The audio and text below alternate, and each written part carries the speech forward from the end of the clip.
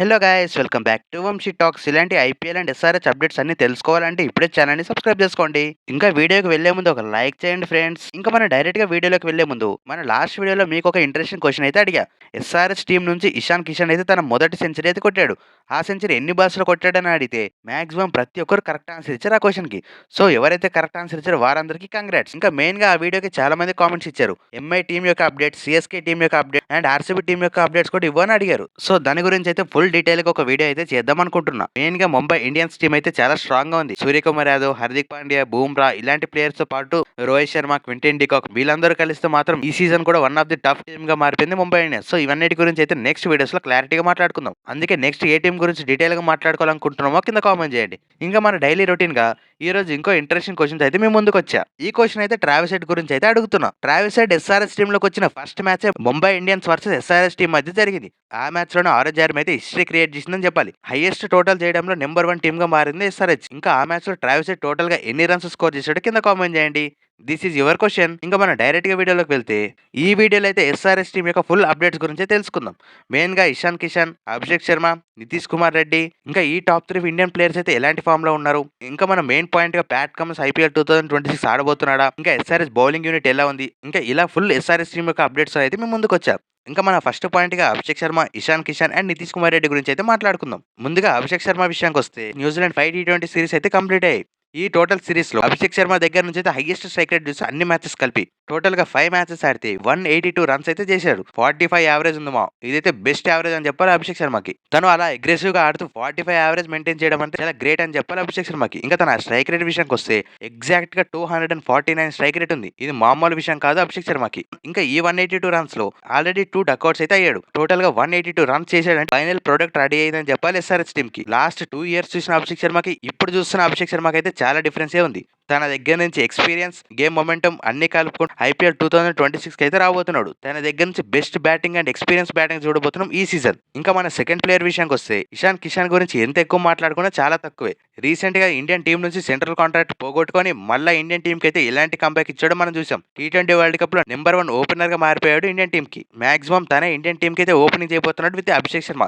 వీళ్ళిద్దరూ కలిసి ఓపెనింగ్ చేయాలని ఎంతమంది కోరుకుంటున్నారో కింద కామెంట్ చేయండి. ఇంకా ఇండియన్ టీం కి ఓపెనింగ్ పొజిషన్ లో ప్రాబ్లమ్స్ లేవని చెప్పాలి.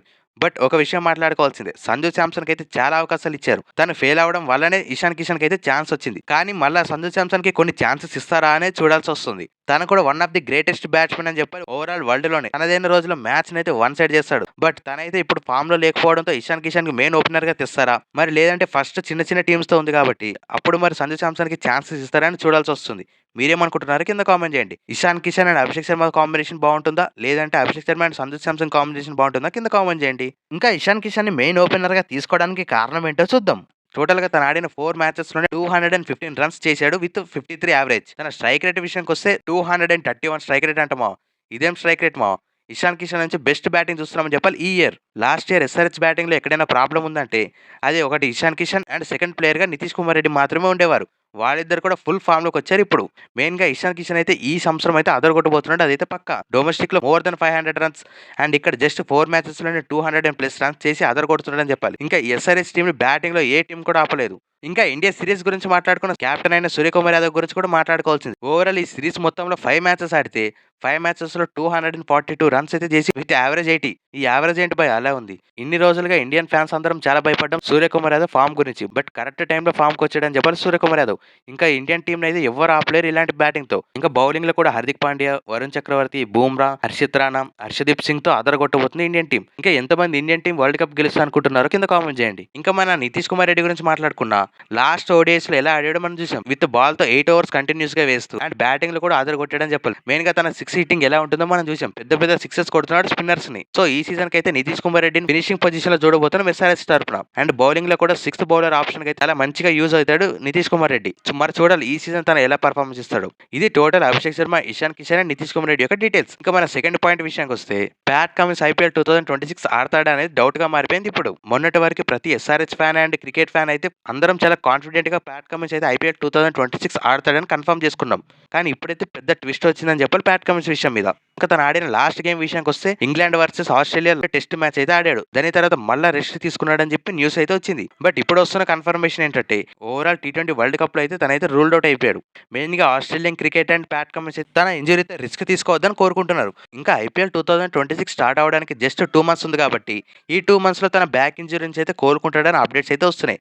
ఆల్మోస్ట్ తనైతే ఐపీఎల్ 2026 ఆడబోతున్నాడు. సో మాక్సిమం ఐపీఎల్ 2026 రెడీ అవుతాడు. అండ్ ఎస్ఆర్ఎస్ టీమ్ టైటిల్ కొట్టడానికి main key role Pat Cummins అయితే చూడబోతున్నాం ఈ సీజన్. ఇదైతే పక్కా. ఇంకా మన లాస్ట్ అండ్ ఇంపార్టెంట్ పాయింట్ విషయానికి వస్తే ఎస్ఆర్ఎస్ బౌలింగ్ యొక్క అప్డేట్. మెయిన్ గా మన pacers like Harshal Patel, Pat Cummins and Jaydev Unadkat వీళ్ళైతే ఎక్స్పీరియన్స్ ఉంది. వీళ్ళతో పాటు ఇంకో అనదర్ పేసర్ ఎవరు ఉండబోతున్నారని చూస్తే అందరికీ ఒక ఎక్స్పీరియన్స్ పేసర్ లైక్ శివం మావే అయితే కనిపిస్తున్నాడు మన టీమ్ లో. తన దగ్గర నుంచి రీసెంట్ గా వికెట్స్ అయితే రావట్లే. బట్ ఇప్పుడైతే తన వేరే లెవెల్ ఫామ్ లో ఉన్నాడు డొమెస్టిక్ లీగ్స్ లో. ఇప్పుడు జరుగుతున్న ఉత్తరప్రదేశ్ వర్సెస్ విదర్భ మ్యాచ్ లో 2 ఎస్ఆర్హెచ్ ప్లేయర్స్ నుంచి అయితే ఫైట్ జరుగుతుందని చెప్పాలి. శివం మావి ఉత్తరప్రదేశ్ తరపున ఆడుతూ ఫస్ట్ ఇన్నింగ్స్ లో అయితే ఏకంగా 7 వికెట్స్ తీసాడు జస్ట్ 59 రన్స్ ఇచ్చి మాత్రమే. ఇందులో బౌలింగ్ లోనే కాదు బ్యాటింగ్ లో కూడా జస్ట్ 57 బాల్స్ లోనే 47 కొట్టి తన బ్యాటింగ్ పర్ఫార్మెన్స్ కూడా చూపిస్తున్నాడు. అండ్ ఇందులో మెయిన్ ఇంపార్టెంట్ పాయింట్ ఏంటంటే తను తీసిన 7 వికెట్స్ లో 5 వికెట్స్ అయితే ఫస్ట్ 5 బ్యాట్స్మెన్స్ అయితే వికెట్ తీశాడు. సో దీన్ని బట్టి మనం అర్థం చేసుకోవచ్చు తనైతే న్యూ బాల్ కి పర్ఫెక్ట్ సెట్ అవుతాడు మన ఎస్ఆర్ఎస్ టీమ్ లో. ఇంకా మన సెకండ్ ప్లేయర్ గా హర్ష డూబే. ఇంకా హర్ష డూబే కూడా అదే మ్యాచెస్ లో అయితే అదరగొట్టాడని చెప్పాలి విత్ బాల్ తో. టోటల్ గా తను వేసిన ఫస్ట్ ఇన్నింగ్స్ లో 6 వికెట్స్ తీశాడు విత్ 63 రన్స్ ఇచ్చి కెప్టెన్ గా ముందుండి నడిపిస్తున్నాడు ప్రతిసారి. ఇంకా లాస్ట్ ప్లేయర్ గా జయదేవ్ ఉన్నట్కర్. ఇంకా జయదేవ్ ఉన్నట్ కూడా తన ఎక్స్పీరియన్స్ మొత్తం ఉపయోగించి ప్రతి మ్యాచ్ లో కంటిన్యూగా కన్సిస్టెంట్ గా వికెట్ తీస్తున్నాడు. ఇంకా రీసెంట్ గా ఆడిన మ్యాచ్ లో కూడా 4 for 44 చేశాడు టోటల్ గా. ఇది టోటల్ ఎస్ఆర్ఎస్ యొక్క అప్డేట్స్.